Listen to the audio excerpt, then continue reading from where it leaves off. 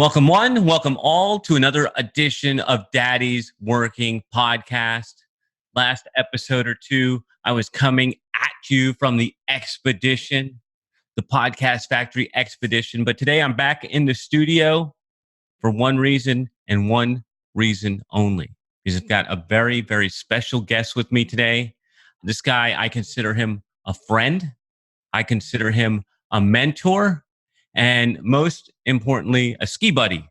What's up, Bob? What's up? Love it. In that order, friend, mentor, ski buddy.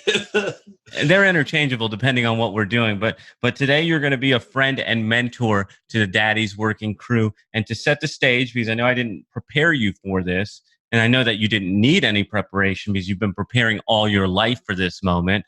This show is going out to the daddies out there like you and me, who value family, faith, fitness, and finances, who want to find harmony in all of those things so they can live their best life. And I can't think of a better person to be here with me today than you, brother. So welcome. Oh, thank you. That's quite a great intro there. You think so? Yeah, that was good. Now I got something to live up to. You feel special, huh? Oh, and by the way, and I'm going to say boys and girls because I only have one review on the show and it's from a woman. So I know there's at least one female listening out there. But Bob is also a member of the Podcast Factory family. He has launched his show Alive and Free. And so I know we'll be talking about that as well as many other things. But Bob, for the folks out there who want to know who you are, can you give a quick little intro?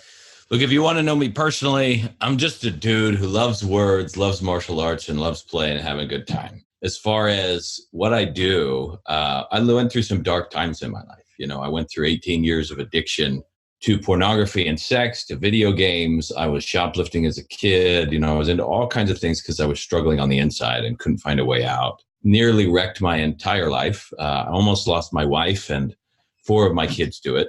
And had to find a way out where I couldn't find answers anywhere else because everybody just told me, once you're an addict, it's always going to be something you're always going to struggle with. And I didn't want to look at the rest of my life that way. And I felt like, well, fine, if nobody has an answer, I'll make one. So I sit there and I ask people, you know how addicts feel like, you know, everybody's telling them, look, you're going to be fighting this forever. It's always going to be a temptation. There's just going to be certain things you can't do. And that makes a person feel super deflated and feel like they're broken and feel like certain possibilities aren't available to them in life anymore. That's how I felt. And so what I did was discover a way to end that permanently so that I could have a reset button on my life and start fresh and build a marriage and a life that I didn't even dream or imagine was really possible for me. And so now all we do is give other people that same reset button. It's pretty sweet. This guy, he's so modest. He forgot to say he loves kids. What do you have, 80, 90? Right? 90, did he carry the one? You know, there's 6 of them. And we have 5 boys, 1 girl. The oldest is 13. The youngest is 3. A few of them have been sick the last few weeks. So it's been quite a busy time at home. But yeah, what's impressive to me is when you and I first met, I have one 5-year-old boy. And this kid's bouncing off the walls, and you got a team of 5 boys, and they're all the most well-behaved, quiet. We're taking a call in the car, and they're all just like chill, putting each other in the car. And I'm like, what? I got to know more about this guy. I need to learn that. Forget everything else. I want that right there. You need to meet my wife. She's and I'm the screwball. So between the two of us, something happens. Yeah, some magic happens, man. So it's interesting that you say you've had all those struggles, but and really just to highlight what you said, built a life, built a marriage after your addiction, but you were in the grips of addiction for most of your marriage and most of having all these kids. I mean, how long have you been free, and what was that struggle like while you were under it? Trying to do the family thing, trying to do the dad thing, trying to do the husband thing? Oh, that's a good question. I don't keep track of exact dates because I don't really care. I don't feel like time is the best way to measure freedom. When you cut the chains, you're free. So whether it's been a day or 10 years, who cares? But it's been a little over 7.5 years or something like that. And we've been married. So that's half of our marriage now. We've been married a little over 15 years. And so for the first 8 years of it, I was in there. Now, somebody struggling with, and it's not just addiction, it's depression or just anxiety or anything like this. Somebody struggling with that has a lot of internal dialogue, a lot of internal stuff going on. So for me, I really felt, I don't know where I internalized it. I had a good upbringing, but I really felt like I was never going to measure up. I felt there was something broken in me because I had tried so many times to fix this and I couldn't get out from under it. There was a religious upbringing involved. And so there was all this fear of hell and damnation, and there were spiritual components to it that just added to guilt and shame. And so I was on a roller coaster of emotion, and bless my amazing, beautiful wife. Here I am. I'm the dad that everybody on the outside be like, dude, you're playing with your kids. You're having a good time. You talk to them really sensibly. You're really trying to give them good opportunities. You're taking them on adventures. You're doing all this stuff. But on the inside, I was going through roller coasters of being really morose, really depressed, couldn't function in my business. I was paying everyone I could for help, and we ended up going through bankruptcy. So there's the financial struggle of it because I couldn't see past my own nose well enough to make really solid decisions. And I was running a martial arts school at the time, and that was the only place that I found some level of stability was, okay, cool, I can at least work my body in this way. My relationship with my wife was, look, I didn't know how to love another person because I couldn't even love myself. So when you can't feel love, it's really difficult to feel it for another person. So our relationship was one of me wanting to be loved and constantly showing up needy. I wanted our relationship to show up a certain way. And when you're informed by pornography, particularly, then all I had in my head was, well, that's going to show up in intimacy as opposed to other types of things. So I didn't know how to be a friend. I didn't know how to really love another person.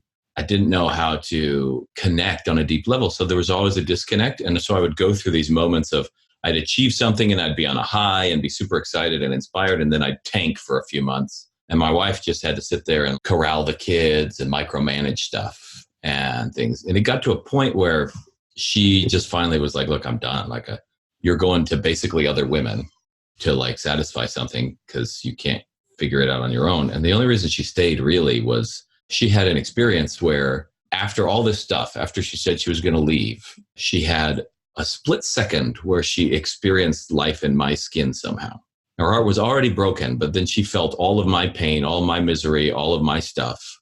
And in that moment, her heart kind of broke again, but this time for me and for what I was feeling. And she just said, okay, well, I'll stick around for a little bit and see what happens. And that window of mercy and grace was really the window that gave me the opportunity to go find an answer and create an answer, because otherwise, I don't know, I might have ended it all. I was already suicidal at the time. So I don't know if I'd be here today. What do you think that was? Where do you think that came from for her? Because when she is in that place where she's beaten down, abused, neglected, how do you think that she was able to get that, what you called window of opportunity? Where do you think that came from? So, we both grew up very, I don't know what the word is. I don't know if it's religious, faith-based, spiritual, whatever people want to, you can take all those words in a weird direction. But ultimately, both of us, even at that time, were constantly striving to find inspiration, revelation, some kind of guidance from a higher source than ourselves. I was trying all the time. I had practices I put in place to try and get there, and I would get inspirations, even in the dark time. So people who believe that, oh, well, if you're in the dark time, there's no way you're going to hear God's voice, or there's no way you're going to be able to get in touch with your true self or with the source of all creation or whatever you believe. That's what they say? Isn't that when he's supposed to pull you out? Yeah, that's when you're supposed to pull you out. In fact, if you look at scripture, it's first darkness and then there's let there be light. The light appears in the darkness. But a lot of people have been told, well, I'm a sinner, or they feel like I'm a sinner, so I can't access that. And they feel like I'm not worthy to talk to God because of how I am. But I'll just tell you from experience, it's not true. Anytime you talk, there that is, right? So she's a prayer and I'm I don't even know if you want to call it a prayer, a seeker, or whatever. So she was always in that space, always seeking higher guidance. And I think because of her openness to that, even in those times, she didn't have an answer. So she was more open to it. And I think the fact when you confront the unknown and you don't have an answer, all of your faculties are now open to, well, let's get some more data because I want to solve this. And so I think she was open to having that kind of experience. Some people would call it divine intervention. She would. I don't know how I would describe it. Yes, no, maybe so. Some other kind of intervention, some other kind of gift. I think Tony Robbins would call it grace. She did all her work on her own, but then something else showed up. Well, it's clear that she wanted it to work. That's why it worked. And you were given that opportunity. So what changed in that moment? Because you say you were struggling, you were looking for answers, and you kept just getting beat down. And so you knew she was leaving. What changed in you? How did you find a way out of this? So that scared me, to be able to put a straitjacket on the behavior for a while. And anybody can do that. There's really four main levels of freedom. And that's level one. Can you stop the behavior? You're not really free from the emotions that drive it or the urges for it. You're not necessarily free from the thought processes behind it or even everything else that's deeper than that. But at least you can stop the behavior. So I put a straitjacket on it because I was terrified of losing my four beautiful children. And let me tell you this much. When you're in a place like that, it's not what you say that your children absorb. It's what you are that they absorb. And that is what I saw in my kids. So my oldest son was 6 at the time. And for the first 6 years of his life, he absorbed a dad that was depressed, suicidal, flip-floppy, all over the place. And even though I was trying to instill in him a desire for dreams and stuff, at that age, even within the next couple of years, he was saying things like, well, nobody wants me around, maybe I'm alive, because he absorbed it from me, even though I didn't say those phrases. And my second son was like super angry and was just all over the place. You couldn't touch his body without him recoiling because he carried so much of it in his system. And my third son would just clam up and couldn't speak anymore. His throat would close off, all kinds of stuff, just because of how I was and how unsafe they felt. So all of this is going on, and I was like, I got to find an answer. Nobody has one. All from the psychological side, addiction literally is a disease that is incurable. You can either cope with it or manage it. And sometimes you can do it super well to where you can eradicate the behavior, but your whole life you're going to be on alert, maintenance mode. From the spiritual side, it's a temptation that you'll never be free of. There'll always be a little bit of a fight. You're always going to be suiting up to battle Satan or whatever it is. And I just thought, how is it that we can believe in a God that's so uncreative that the only way he can teach somebody a lesson is through pain and misery? Maybe that's a human problem, but if the source of all creation can make flowers grow without pain, how can he not make humans grow without pain when with the flowers he said they were good and with humans he said they were very good? I mean, come on. And so there has to be an answer. And since no one else has one, let me find one. So I started just following whatever idea came to my head. And some of them were not good ideas. And my wife was like, what are you doing? That's not.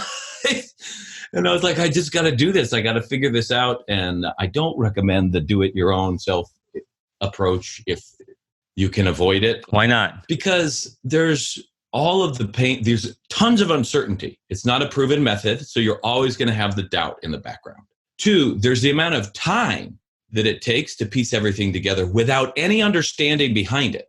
Someone who's been there didn't understand it the first time, but when they're helping another person, they get to the point where they understand what's really happening and can guide you through it much, much faster. So there's the time, the lack of understanding. There's all of the mistakes that you make along the way that can make things worse rather than better. Our financial situation deteriorated, all kinds of stuff happened. And on the other side of it, then there's all the naysayers. There's not anybody to support you once you've gotten through it. You just get through it and you're like, okay, cool. What do I do with this? And there's no guidance on the other side of it. I mean, if you have to do it, I had to do it. So I don't recommend it though. Just saying. Because it took me over 5 years to figure everything out and well over 50 grand just to figure it out for myself. And then to figure it out for other people, it took me another 7.5 years now. And I've spent a whole truck ton more money trying to understand this for myself and deepening my understanding of things. So I don't recommend it, is all. But there I went through that process. And at a certain point, an idea came that had a different feel to it. And I just ran with it.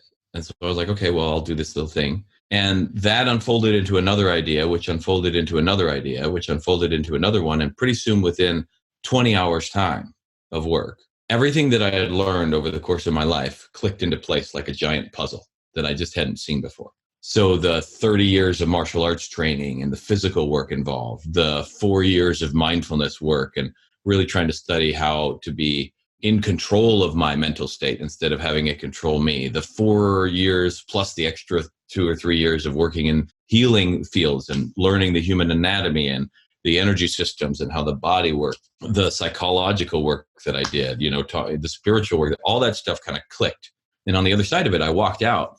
And before that experience, I could be in a room and my wife would leave the room and I could see her out the window head to go pick up the kids from school. And my brain already calculated, I got 40 minutes right now.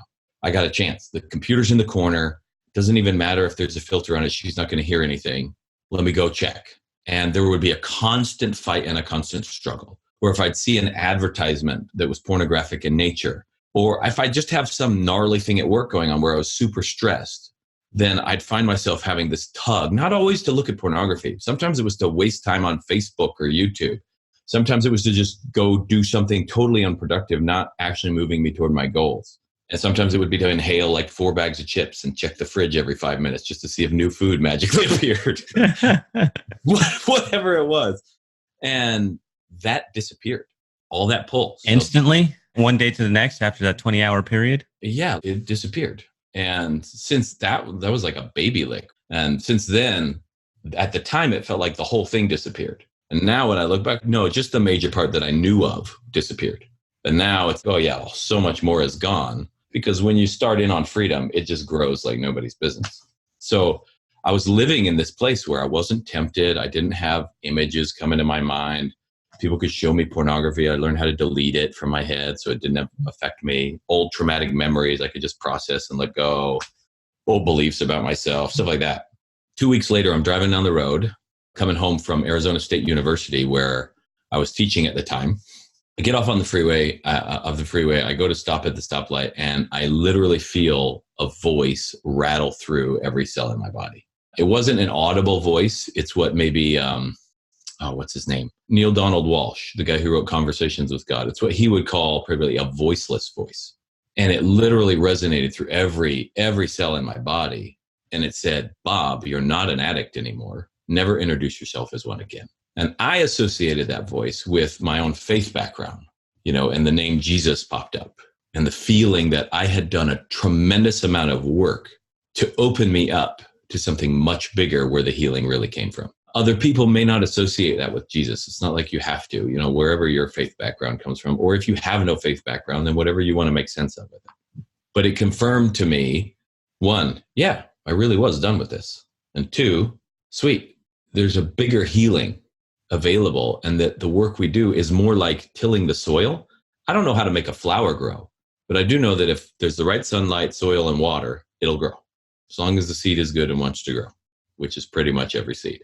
Think that it's possible, because you said if you don't have faith, and that happens to be part of our belief system. You think it is possible to have a life without faith, some sort of faith? That's a good question. Is it possible to have a life? It depends on how you define faith. If you define faith as a set of religious tenets, I think, yeah. Yeah, agreed. But I mean, faith in general, faith in yourself, or just faith in what you're learning. I mean, you have to have a level of that, don't you? Yeah, if you're talking about a general, what do you mean by that? You mean like a belief to move forward, or? Right, because how do you live life without faith? Faith that things are going to work out, or that you're supposed to be here, or any of that. Because I don't know that it's possible to live without some sort of faith, not necessarily the religious kind, but just faith in general. Yeah, I don't really think that a person needs a belief system at all, that everything has to happen for a reason or everything will work out. I don't actually think that that's necessary.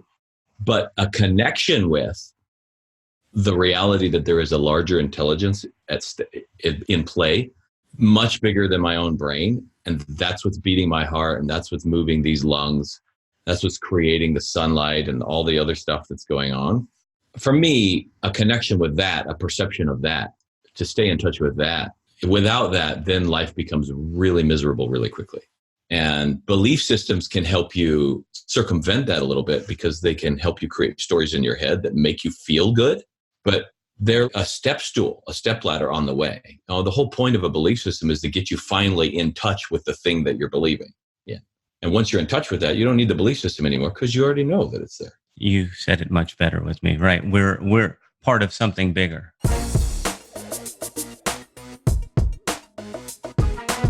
Oh, guess what? Time is up for this week. I know you were just getting into that, and I don't blame you, because it was just getting good. But we're trying to keep these episodes under a half hour, so we split it up into 2. We'll be back next week with part 2 of this interview. Make sure you tune in then, and if you love what you're hearing, why not share this episode with someone who will also love it? Thank you. Daddy's out. This is thepodcastfactory.com.